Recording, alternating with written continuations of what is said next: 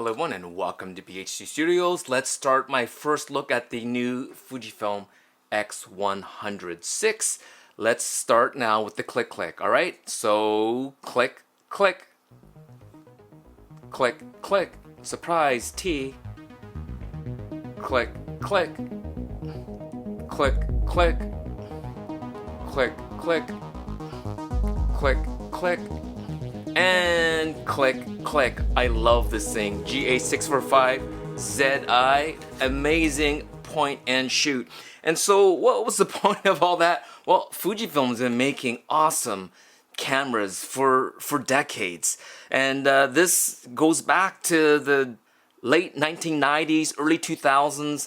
Fujifilm was making point and shoot medium format autofocus cameras, and pretty much nobody else made cameras like this. And you know, back in 2010 at Photokina, when they announced the original X100, I think it was September of 2010, it kind of blew people's minds, but really it was really on point for Fujifilm. The X-Pan, or in Japan it was the Fujifilm TX1 and the TX2. They've always made kind of quirky, unique cameras and kind of flies under the radar of the mainstream. When the TX1, TX2, X-Pan came out, when this GA645 came out, camera nerds knew about these cameras, but the average person had no idea what these things were. And up until the X100V, this was the industry secret, wasn't it? Camera people knew about this camera, but the average, you ask a 12-year-old or 16-year-old what this was, they would probably say, is that an old film camera or is that a Leica? And it was really the X100V that brought this camera into the mainstream, to the chagrin of some, but I think it's a good thing. I think a matter of just supply and demand, and the pandemic kind of maybe made things a little bit complicated for those that really wanted this camera, while other people bought it because it was a TikTok camera of the entire pandemic era. But I think it's a good thing. I have some suggestions for Fujifilm on the X100 kind of moving forward. So let's begin by talking about why I showed you this X100T. So those of you know, this is a 6, because it's the 6th iteration, right? So the original X100 came out in 2011. It was announced in 2010 at the Photokina. It came out in 2011. And then during that time, I actually was really kind of conflicted between getting an X100 series camera or a Ricoh G. Let me just move this box out of the way. So here's some Ricoh GRs. This is the latest Ricoh GR3 in a Angelo Pelle case and a square hood thumb rest, but this was always being compared to the X100V as well as the Leica Q3 and the Q2 actually, because they were kind of the only real mainstream large censored point and shoot.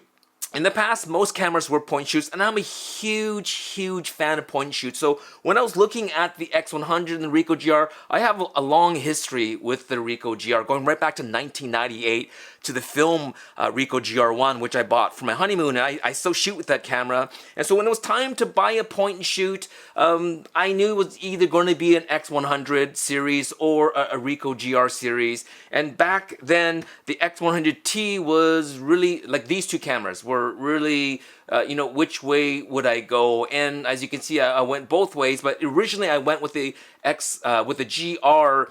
At the time, the video features on this was a little bit better than this. It wasn't much better, but I just liked the way this looked. And as well, I just thought this cool kind of limited edition colorway was awesome. And I did appreciate the ultra wide angle converter, which the X100 series only goes to 28 equivalent. And this one here went to 21. The X70, which I showed before, now I really think that this is a true pocketable point and shoot that Fujifilm made. Its first attempt to really challenge the Ricoh GR series. So I really hope Fujifilm decides to bring this back. One thing that really made this special was this articulating screen that really, look how far out this sticks out. I don't think this met up to the sales potential that Fujifilm was looking for, so they discontinued it. And those of you who are wondering, you're thinking, what lens hood is this? This actually came from the X70, and so this is a silver one. There's also a black one, as you can see here, but the mounts on the X70 and the X100 were the same. And so you'd think that because they made it the same, they were hoping to share accessories, but because this was just basically a one generation camera, they did sort of do a version 2 with this XF10. APS-C sensor, it went from 16 to 24.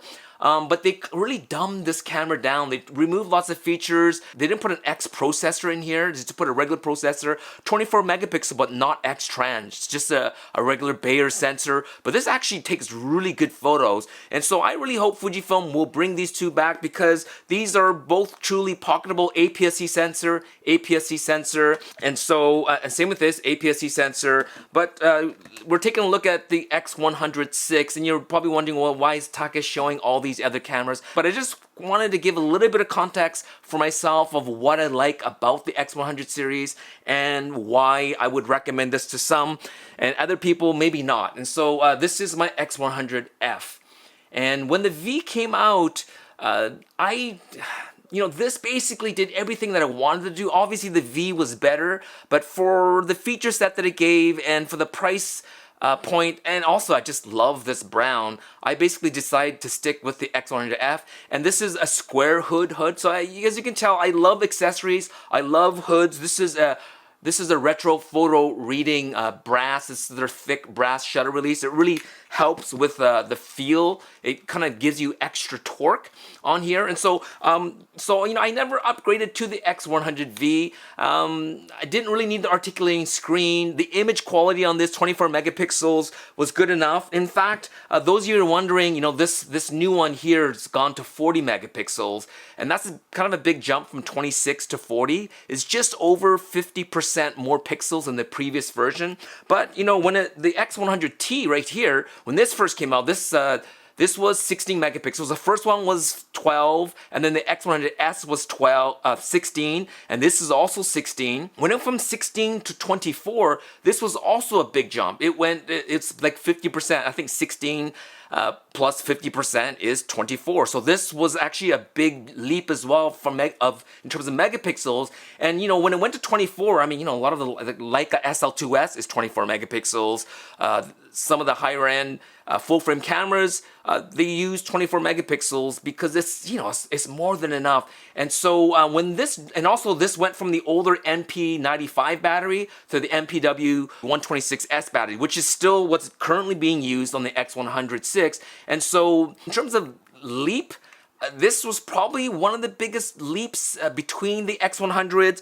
And then I actually feel that the X100 V was really a big leap, especially when it went to 4K video and that latest processor. And so when you went from the V, so I don't have the V with me here, from the V to this, I heard a lot of people complaining saying, well, that wasn't much of an upgrade. And if you look at the history of X100, X100S, X100T, X100F, X100V, and then this one, every iteration is just a slight iteration. And another good example of that is something like a Leica M. When you went from the different generation, from the M8, 8.2, M9, the M240, the M10, and then now the new M11, also small-ish iterations, because this digital M is based on a film M that goes back right to 1954, and so we're talking 70 years of design, of lens mount, and they slowly make changes. There's been some cameras like the M5 that went a little bit off track, but then they brought it back on track. And so I feel that Fujifilm actually does a good job of iterating between the various generations. And so this, really, if someone would ask me what is the best compact point and shoot on the market today, if you could just have one camera with a lens built in, I'd say the X100 There's no other camera better than this with a built-in lens, a point and shoot. And so depending on what you're really looking for, if it's all about style and looks, there's lots of pretty cameras out there. And so one of the suggestions I actually had for Fujifilm was just like what Ricoh has done. There's right now I think 4 versions of the Ricoh GR3.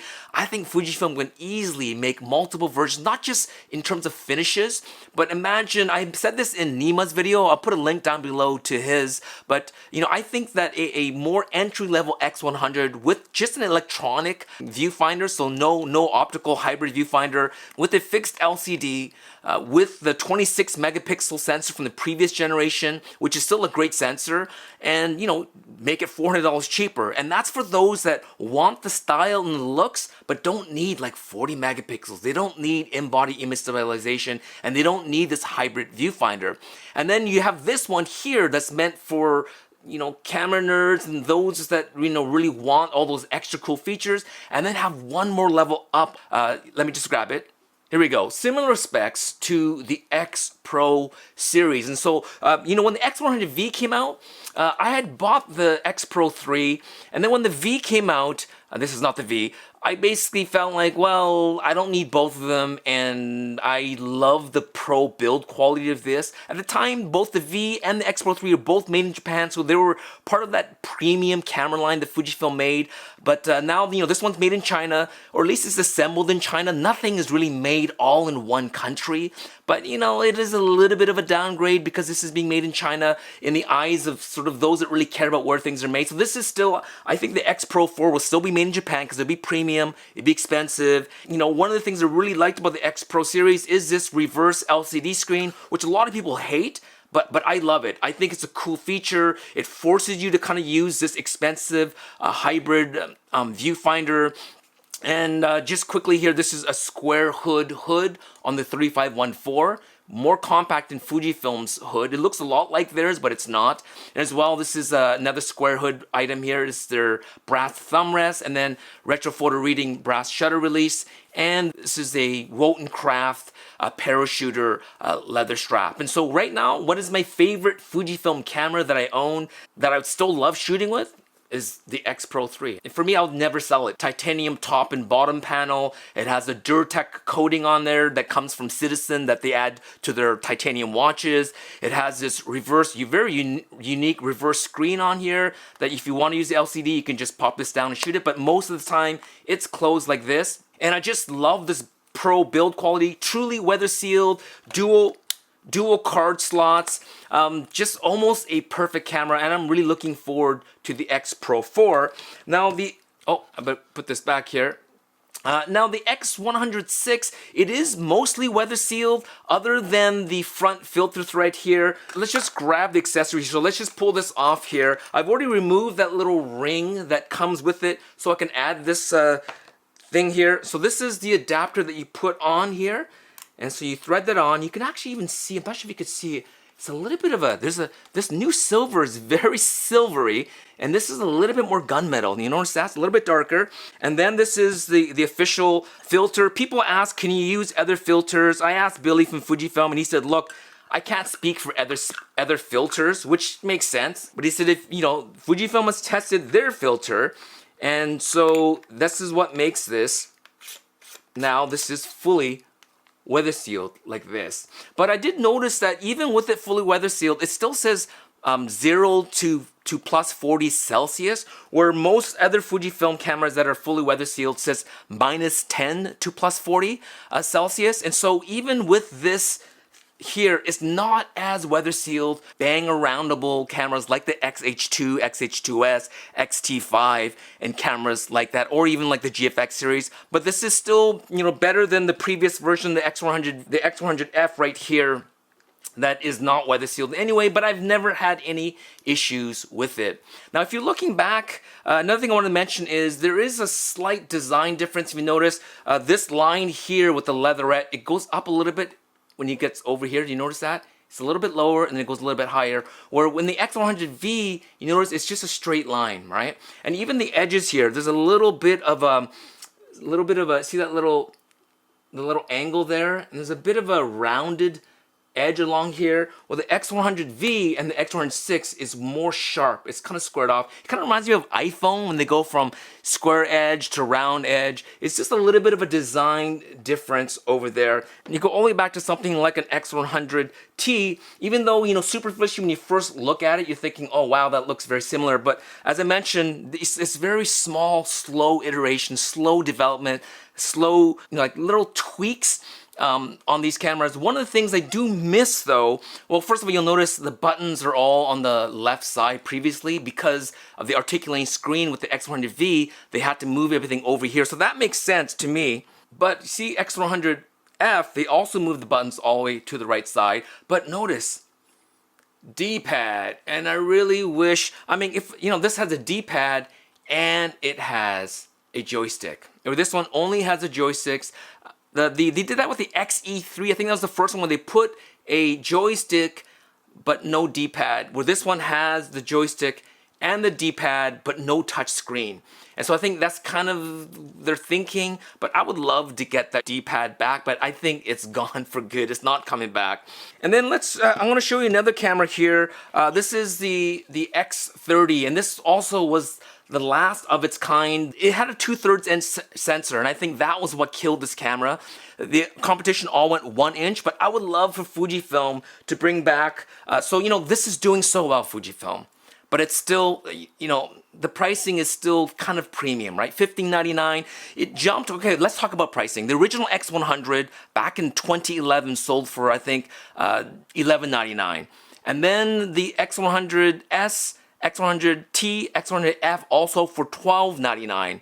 And that held for quite a few years. When the X100V came out, it went up just $100 to $13.99 and the USD. And now the X106 is $15.99. So I think over the lifespan of like 13, 14 years, it went from $11.99 to $15.99. I think that's reasonable. I think it's well within what a camera, and especially when they added IBIS and 40 megapixels, I think it's reasonable to pay that. And that's why I think if they made a 26 megapixel version with an electronic viewfinder and a non-articulating screen, so almost going back to the X100V minus it having that articulating screen, you know, and then charge $11.99, and I think it would sell really well. But you know, that means for Fujifilm, it means multiple SKUs. But I would love to see a pro version of the X100 where they put the titanium top.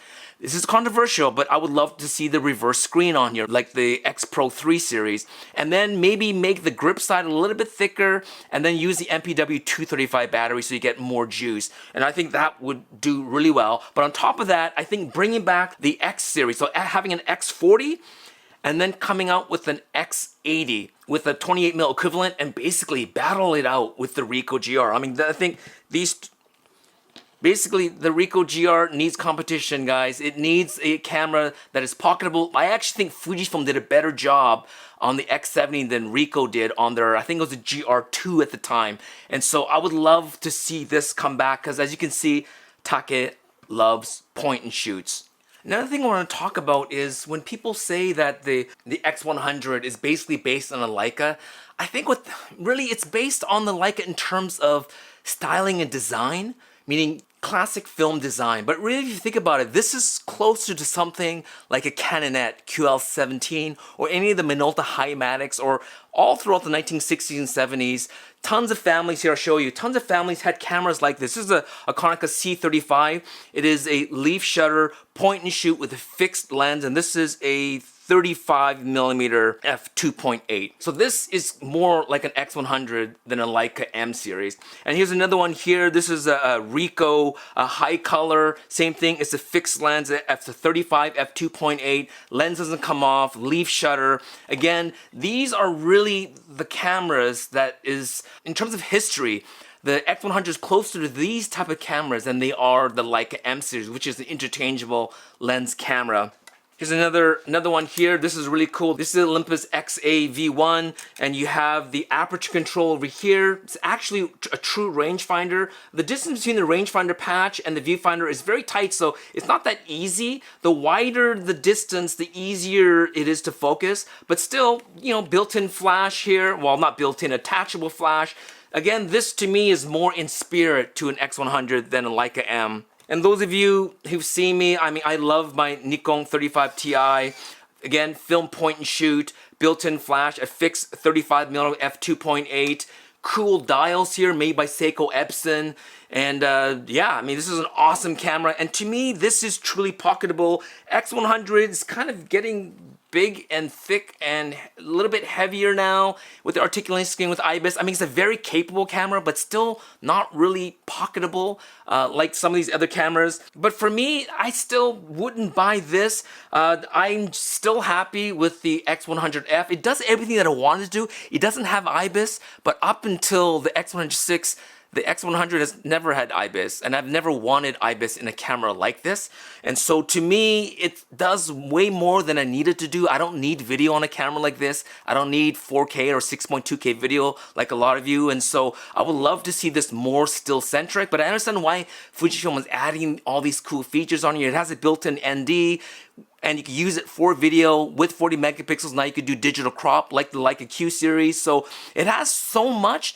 It almost has too much. And so for me, I want to keep things simple, and I'm going to probably shoot with this. And if I do want to upgrade this, I probably would go with the X100V, because it will probably be the last X100 that will be made in Japan. And it's everything that I would want in a camera, in a point and shoot camera like this, but I still would just be happy with my X Pro series, and I am looking forward to the X Pro 4, and I do hope to keep this back over here. And of course, I do have my Leica M, and you know, there's no autofocus in this, there's no EVF in this, there's no IBIS in this, but again, this is a very specific, it's like an air-cooled Porsche.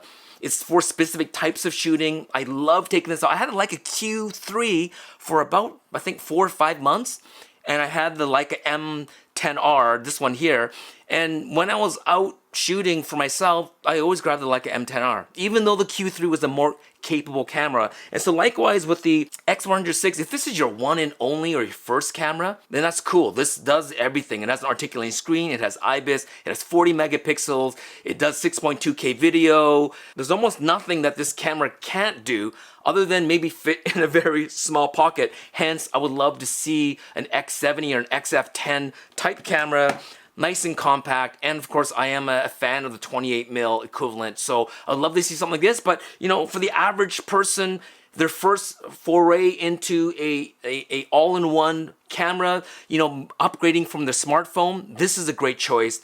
For camera nerds that, you know, let's say you have a Sony or a Canon and that's your work camera, you want a fun camera, this is a great option that you can choose. I want to just show you one more thing as well.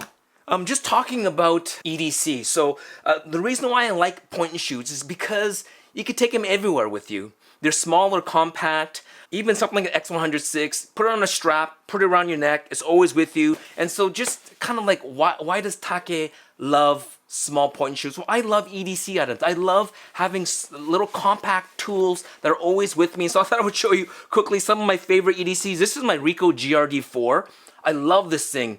I used to just take this everywhere with me. I think it's only 12 megapixels, 1/1.7 or 1.65 inch sensor. But having something like this always with me is great. As well, this is just a little Zaid made battery holder for Fujifilm. 2 card slots, 2 batteries. Again, EDC always with me. New Hobolight Iris, a little tiny compact LED COB or cob light. Always have a light with me. Usually it's the Aperture MC, but this is now my new compact everyday carry light. Ulanzi J12s, little lavalier microphones. Yes, I have more professional Rode microphones, but again, EDC always with me. Anker iPhone battery charger, small, compact, always with me. Extra wallet, super cool, compact, always with me.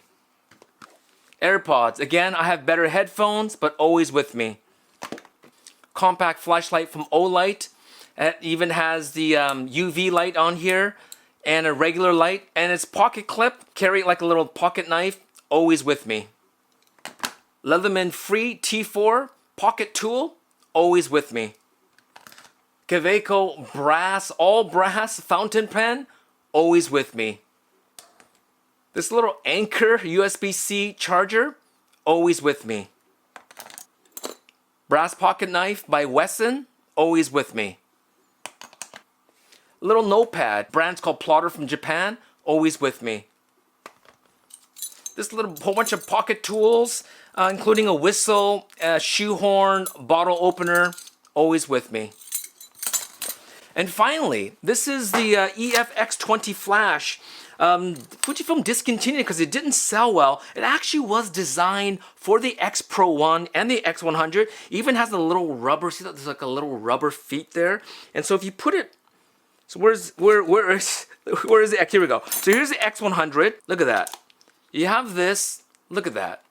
Perfect. It'd be cool if there was a silver version of this to match the silver, but Fujifilm has discontinued it. I wish they will bring it back, but they won't, because at the time it didn't sell well. But that little foot that I showed you, see how it rests on top here? It also looks great on the X30. Look at that. And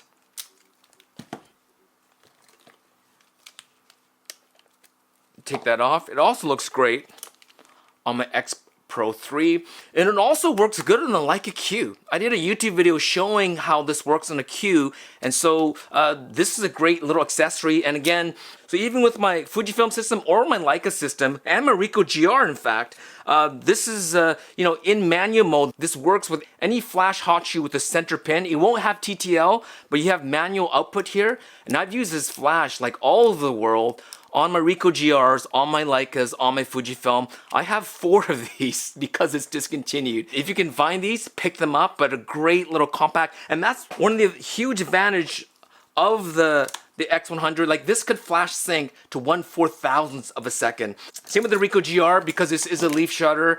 You can flash sync to the top mechanical shutter speed. Something like a Leica M or any kind of a standard camera. Even the X Pro 3, I think it's 1/250th. This is maybe like 1/180th of a second, but 1/4000th of a second top shutter speed, flash sync. You can do great daytime street photography with this, and at such low power. Even though this flash is small, you don't need a lot of power because you're flash syncing at such high shutter speeds, and you can increase the ISO on here. And to increase the range of your flash, you can take great photos. And so, crazy mess here on my desk. And so I just wanted to show you my love for everyday cameras, my love for the Ricoh GR system, as well as the X100 system, as well as my Leica M, my Fujifilm X Pro, all my film cameras, even this huge point and shoot Fujifilm GA645ZI Fujifilm. You need to make a GFX version of this camera, please. I've been asking for years. I think Jonas has been asking for years. A lot of us have been asking this for years, but we also want to see a comeback. This has got to be the comeback kid. X70. We want to see an X80. I would love to see a 1-inch version of the X30. Now, I think if this still existed, I think a lot of the TikTokers and the kids that want to get into cameras, if they could get this versus the X100 at half the price, I think this would have just as easily sold out during the pandemic. And the X100, as I mentioned, was always kind of the under the radar camera. It's been around for 14 years, but really the mainstream weren't even aware of it until about like 3 or 4 years ago, because up till then these were all made in Japan, a premium camera. And they could do that because it's a lower volume camera versus something like an XT2 or XT3 that are made in China because they sell tons of them.